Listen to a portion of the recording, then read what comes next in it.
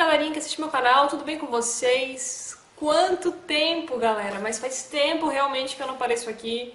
Eu sempre volto, retomo a promessa de fazer vídeos e acabo caindo no esquecimento e não volto para conversar com vocês. Mas hoje vai ser um vídeo bem legal, um vídeo que eu vou fazer um update contando um pouquinho de como está sendo o meu internato. A etapa da faculdade que eu tanto esperei, que eu falava desde lá de 2015, quando eu comecei a fazer vídeos, que eu aguardava essa época. E não contei pra vocês até agora como é que tá sendo. Bom, como funciona o internato médico então? O internato são os 2 últimos anos da faculdade de medicina, em que o aluno sai dos bancos da universidade e passa a frequentar os hospitais, os ambulatórios, as policlínicas, tudo para ele aprimorar as técnicas, para ele ver tudo aquilo que ele viu na teoria, agora na prática, treinando, fazendo prescrições, examinando o paciente, vendo exames complementares, tudo isso para se formar médico. A minha turma foi dividida em 4 grupos, sendo que o meu grupo é o de número 1. E o meu grupo tem cerca de 9 pessoas, passando pelo 3º estágio. Cada estágio a gente fica uma média de 1 mês e meio, mais ou menos. Então, o meu primeiro estágio foi no estágio de clínica médica, no hospital. Nesse estágio, nós chegávamos cerca de 7h30 no hospital, nós assistíamos a uma aula com o professor do dia, e depois nós íamos para nossas atividades. Nesse estágio de clínica médica, todos os dias de manhã, nós ficávamos na cardiologia.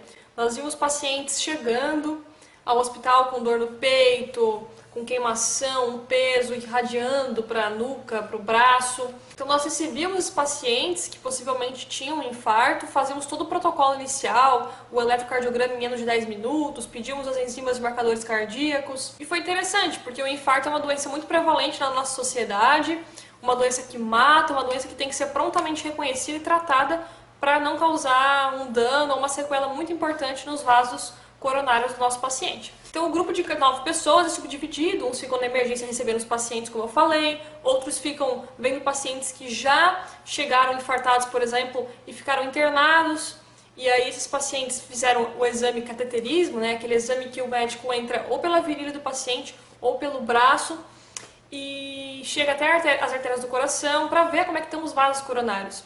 E aí identifica, tá com obstrução na descendente anterior, tá com obstrução na circunflexa. E aí identifica qual vaso está obstruído, e aí vendo que o sangue não está passando lá por conta de uma placa de gordura, né, a placa de ateroma que a gente chama, eles botam uma molinha, que é o stent, para abrir o vaso.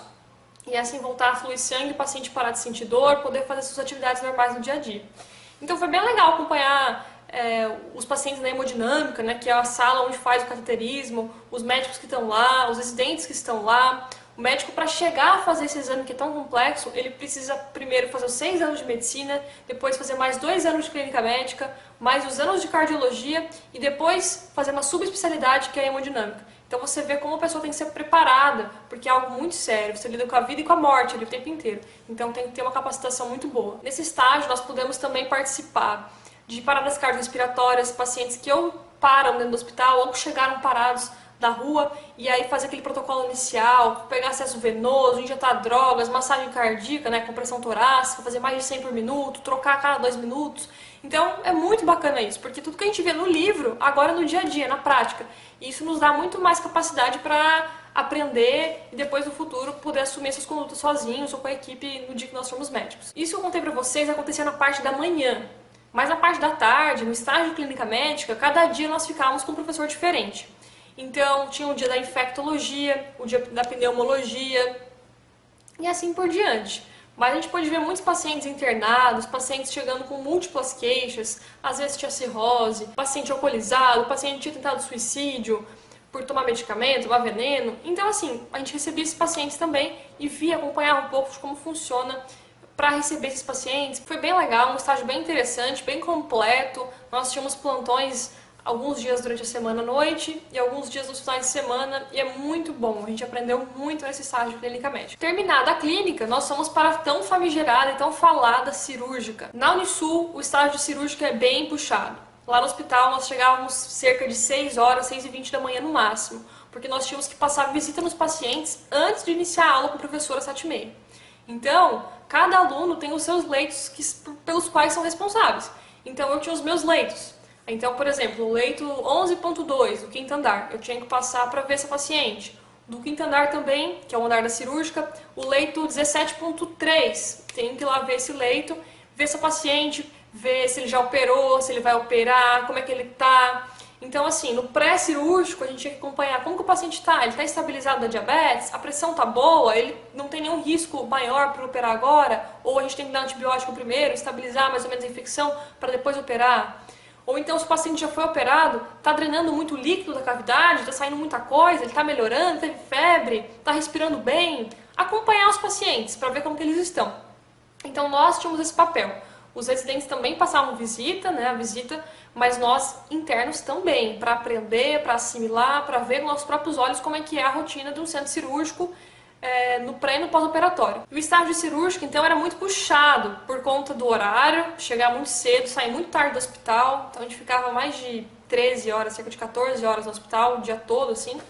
A emergência é muito puxada, porque chega baleado, gente que tomou tiro na barriga, que vai para o centro cirúrgico com obstrução intestinal, gente que tomou facada no pescoço, lesou jugular, lesou subclávia, lesou carótida. Putz, pudemos participar de algumas atividades no centro cirúrgico, de acompanhar essas cirurgias, de ver como é que a coisa funciona mesmo. E lá na emergência, né, fica o tempo inteiro em pé, recebendo pacientes com cortezinho, às vezes acidente de trabalho. Na hora do almoço era lotado, assim. No estágio da cirúrgica dava meio-dia, era paciente que trabalha com maquita, cortou o dedo do trabalho. Criança que caiu de bicicleta brincando. Tinha de tudo, pessoal, lá. E nós fazemos a sutura, ou quando tinha lesão óssea, tínhamos que chamar a equipe da ortopedia para acompanhar, para ver como é que vai ser. Gente que às vezes caiu um espelho na perna, rompeu um tendão, e aí a gente via o pessoal da orto fazendo a sutura do tendão, ensinando pra gente como é que é. Então, assim, tudo mesmo. A rotina nua e crua de um hospital geral que recebe de tudo o tempo inteiro. E o hospital que eu faço o internato é um hospital de beira de estrada, um hospital de periferia, assim. É um hospital gigante, com muito atendimento por mês. E esse hospital, por ser periferia, por ser beira de estrada, por ser gigante, recebe muita gente mesmo. De tudo quanto é tipo, de tudo quanto é coisa. E é fantástico isso aí, porque nos dá uma vivência, nos dá uma experiência gigantesca. Então cada dia lá era uma escola maravilhosa, assim. É um laboratório de experiências. E também eu posso dizer que nesses tempos de estágio no hospital eu aprendi muito mais que durante toda a faculdade, assim. Porque não é que eu aprendi mais, mas é porque você consolida mais. De tanto ver, de tanto bater na tecla, a coisa vai assentando na sua cabeça. E aí na cirúrgica também os professores dão muito artigos para nós lermos, para discutir no dia seguinte cedo. Passa a visita dos pacientes, toda a equipe, uma coisa meio Grey's Anatomy, assim. Reúne os internos, reúne os residentes, reúne os staffs. Vai todo mundo passar a visita para o paciente de manhã cedo, alguns dias na semana. Discussão de caso clínico, tem de tudo no hospital. Bom, e depois que termina o estágio no hospital, são muitas semanas lá, a gente vai para os ambulatórios, que é um pouquinho mais tranquilo por se tratar de ambulatório. Não fica tanto tempo em pé, o horário não é tão puxado quanto do hospital, mas que também tem seus desafios. E agora eu estou num estágio ambulatório.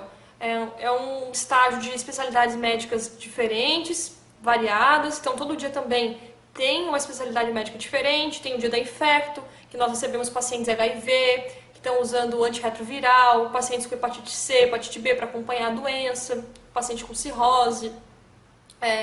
Recebemos também no pneu pacientes que têm a doença pulmonar obstrutiva crônica, por ter fumado muitos anos, por exemplo, e aí paciente que tem asma, que faz uso de bombinha, a gente tem que ensinar o paciente quando vai usar essa bombinha, quando vai usar aquela, o que tem na bombinha, como é que funciona, o método correto de aspirar, né?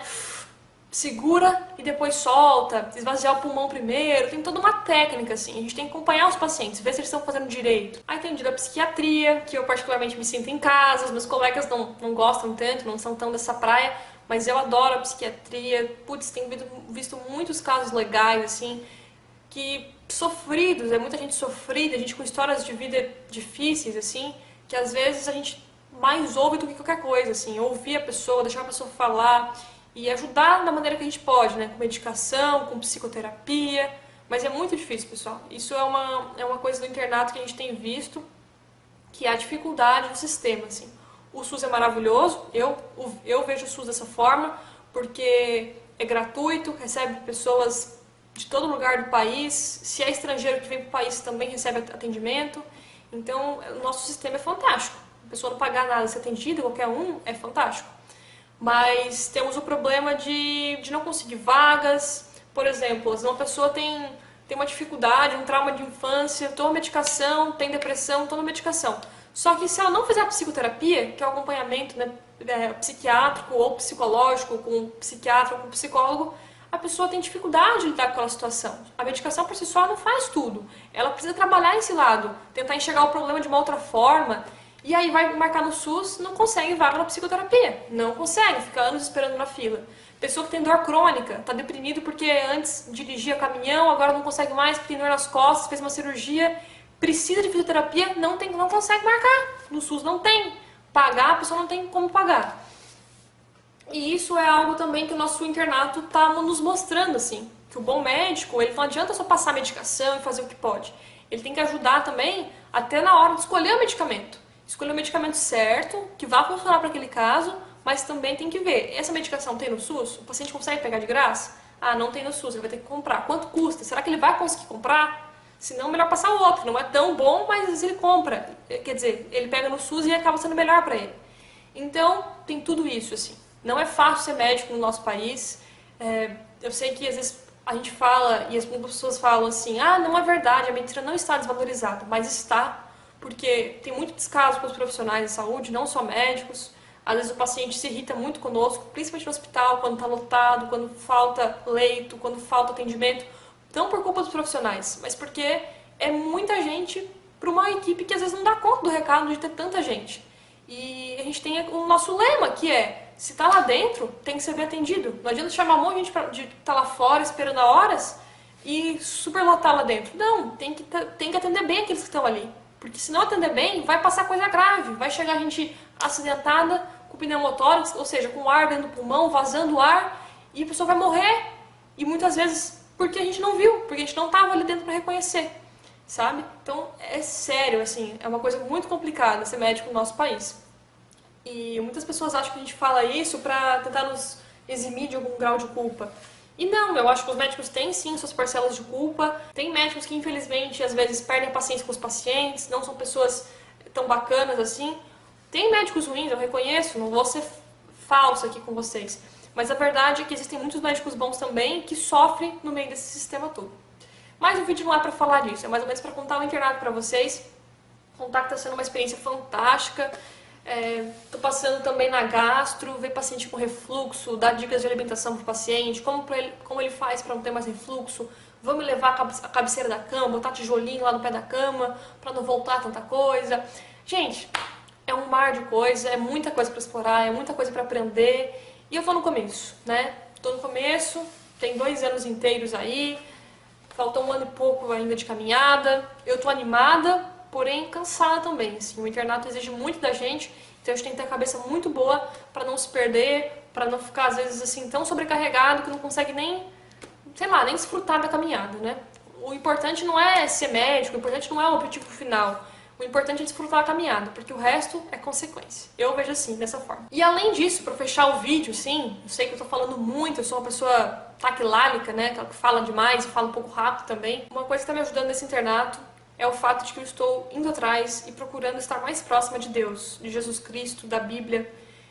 Eu sei, eu não quero catequizar ninguém aqui, na verdade até gostaria se eu conseguisse, mas o objetivo principal não é esse. É apenas dizer assim, que às vezes na vida a gente precisa ter uma força. A gente precisa de alguém, de algo, para nos, sei lá, nos acalentar.